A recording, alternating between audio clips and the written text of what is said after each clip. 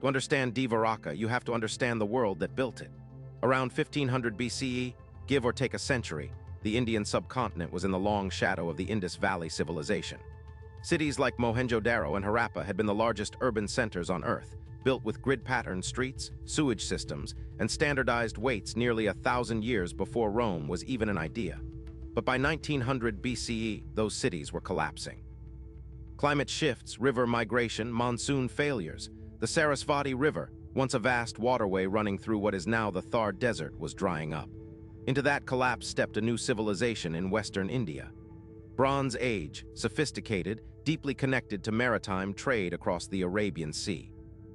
And according to one of the oldest surviving texts in the world, the Mahabharata, a king named Krishna led his people away from the inland city of Mathura to escape repeated attacks from a rival warlord named Jarasandha. He took his Yadava clan west, to the edge of the sea, in what is now the Saurashtra Peninsula of Gujarat. And there the text says he built a fortified port city of unimaginable wealth. The text gives a name, Dvaraka, the city of gates. Here is what nobody tells you. The Mahabharata is not vague, it gives geographic markers. It says Dvaraka was built on land reclaimed from the sea. It says the city had 12 gates. It says it was surrounded by walls. And it says, very specifically, what happened to it. We will get to that in a moment, and that is where it gets counterintuitive. If this is landing, save this video. You will want to come back to this one because what comes next is what flipped a religious story into an archaeological obsession. For 2,000 years, pilgrims have traveled to the modern town of Dwarka on the Gujarati coast, believing it stood on the site of Krishna's lost capital.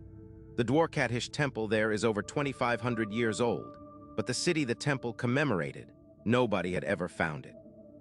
By the 1800s, British colonial scholars had labeled the entire Krishna narrative as religious fiction. The city, they said, was a myth. Then in 1963, a man named S.R. Rao changed everything. Rao was not a mystic. He was a hardened archaeologist who had excavated the Indus Valley site of Lothal, discovering the world's oldest known tidal dockyard, dated to 2400 BCE. Rao knew that ancient Indian shipbuilders had been operating ocean-going vessels over 4,000 years ago. So when he read the Mahabharata's description of Dvaraka, he did not see myth. He saw coordinates. In 1983, Rao led a team from the National Institute of Oceanography in Goa.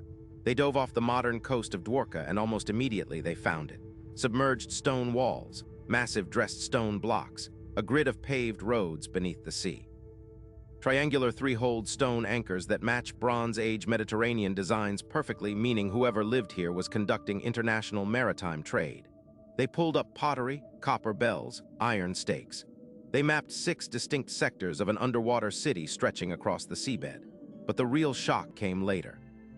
In May of 2001, the Indian government's National Institute of Ocean Technology announced that side-scan sonar surveys in the Gulf of Combat, just south of Dwarka, had detected geometric structures on the ocean floor at depths up to 40 meters. They dredged up artifacts. A piece of wood was sent for carbon dating to the Birbal Sani Institute of Paleobotany. The result came back. The wood was 9,500 years old. 9,500 years.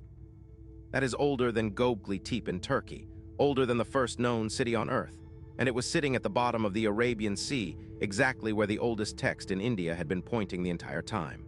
Now here is the moment the story turns dark, because the Mahabharata does not just describe Dvaraka's construction, it describes its destruction, and the description is precise enough that geologists started paying attention.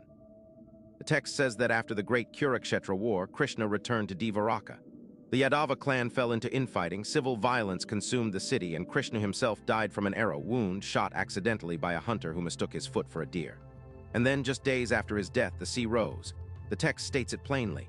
The ocean swallowed the city, wave by wave, building by building, until nothing remained above the surface. The survivors fled inland. For thousands of years, that was treated as religious allegory.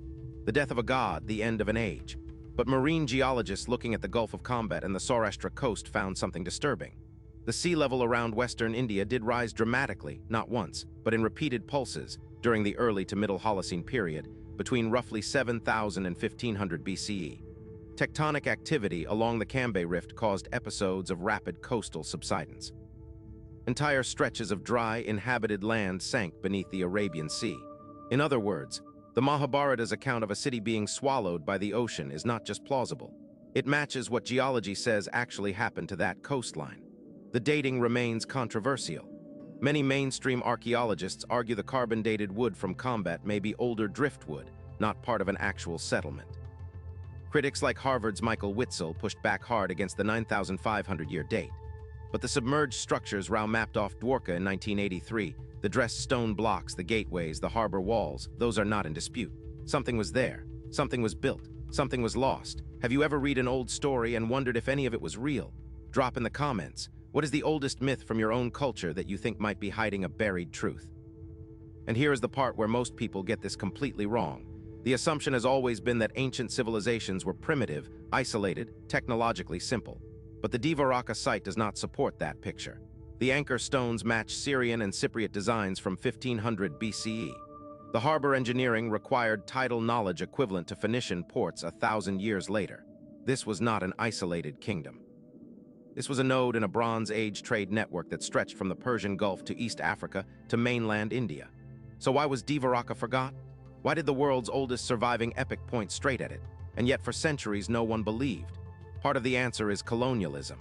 When British scholars in the 19th century encoded their version of Indian history, they treated Sanskrit texts as religious fantasy rather than potential historical record.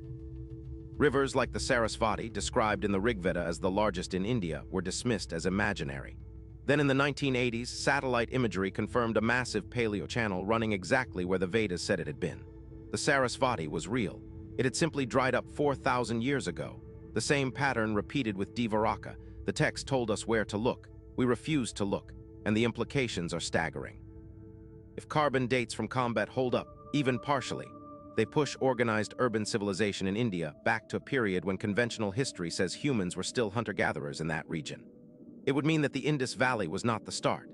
It would mean there was an earlier mother civilization on the western Indian coast that was drowned by post-ice age sea level rise, and that its survivors became the architects of Mohenjo-Daro and Harappa a few thousand years later.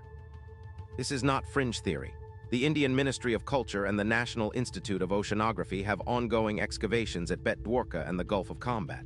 New stone artifacts surface every monsoon season. A semicircular structure offshore from Dwarka, mapped in 2007, may be the foundation of one of the legendary gates. The work continues, but here is the part that has never been explained.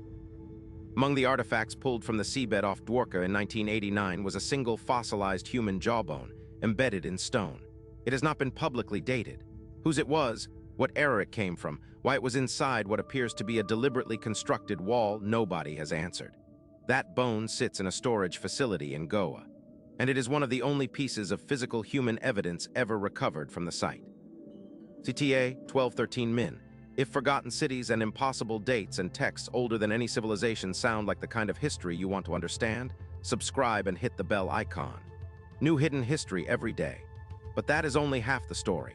The next piece I am working on goes deeper into what marine archaeology is uncovering off the Indian coast, and what it means for the official timeline of human civilization. Outro 1315 Min.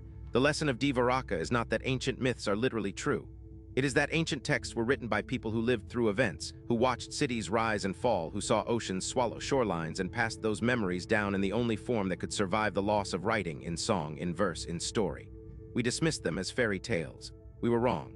The Mahabharata told us that Dvaraka was built on reclaimed land. We found reclaimed land underwater. It told us the city was a port engaged in distant maritime trade. We found ocean-going anchors with international Bronze Age design. It told us the sea rose and swallowed everything. We found a submerged city exactly where the text said to look. History is not just what was written by victors. Sometimes it is what survived in poems.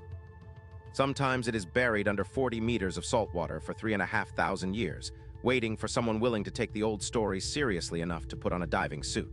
If this hit, my video on the 9,000-year-old underwater ruins found off the Indian coast will make even more sense now. Because Dvaraka may not be the oldest sunken city in India. It may not even be the most important one. And the deeper the divers go, the older the dates get. In 1983, marine archaeologist S.R. Rao dove off the coast of Gujarat, India, and discovered something that rewrote ancient history.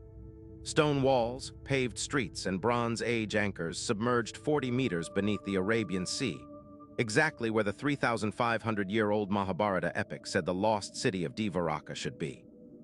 Then in 2001, Sonar surveys in the nearby Gulf of Combat revealed even older structures, with wood samples carbon dated to 9,500 years ago, older than Göbekli Tepe and the first known cities of Mesopotamia. Was India home to the world's first urban civilization? Did rising seas after the last ice age swallow an entire chapter of human history? This documentary investigates the discovery, the controversy, and the geological evidence that supports the most extraordinary claim in modern archaeology. 00, 00 the Hook 00, 45 the world before Dvaraka 03, 00 the rise of the city 06, 00 the turning point 09, 00 the legacy 12, 00 subscribe 13, 00 the final lesson ancient history lost civilization Dvaraka underwater archaeology India history.